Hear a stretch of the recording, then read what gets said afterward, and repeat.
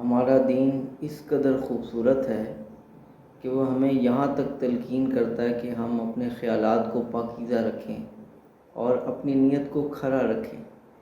اور جب ہم اپنے خیالات کو اور نیت کو کھرا رکھتے ہیں تو اس سے ہمارے اقوال اور ہمارے کردار پر بڑا گہرا اثر پڑتا ہے، کیونکہ ہماری زبان ہمارے دل کا آئینہ اور ترجمان ہوتی ہے۔ جیسی ہماری نیت ہوگی ویسی ہماری گفتگو ہوگی اور اسی طرح سے ہمارے اعمال بنیں گے۔ اللہ تعالیٰ ارشاد فرماتے ہیں وَقُولُوا قَوْلًا سَدِيدًا يُصْلِحْ لَكُمْ أَعْمَالَكُمْ، کہ تم بات سیدھی کرو، اللہ تعالیٰ تمہارے اعمال کو درست کر دیں گے۔